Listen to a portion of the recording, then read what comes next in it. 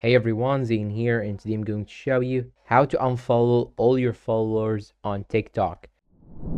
Now to do that, you should go and open TikTok application on your phone. And once you open it, you should click on your profile right here. And here when you click on the following, you can see right here that you have many people that you are following. Now to cancel them, you can simply use your 5 fingers and try to unfollow some of them, but this is actually not something that can be actually done. So I will go back, click on these 3 horizontal lines on the top right corner, then choose settings and privacy. And now you will have to click on interaction, then choose follow. And here you'll find these options. Just tap on the first option, following and unfollowing users. It will show you this page. And now you should scroll down till you find this question. Is your problem resolved? Click on no right here. Then click on need more help. And now it will redirect you to TikTok help desk. So you can simply discuss your problem. So I'm gonna tap here that I'm following many people and I want to unfollow them all. So could you please help me unfollow them all at once, and just send the message like this and just wait for the response. The responses may vary. It may take 1 day, it may take several hours, or even 2 days in maximum. But don't worry, after you send them this message, they will help you to do your request. And after that, you can simply find out that you have no people that you follow.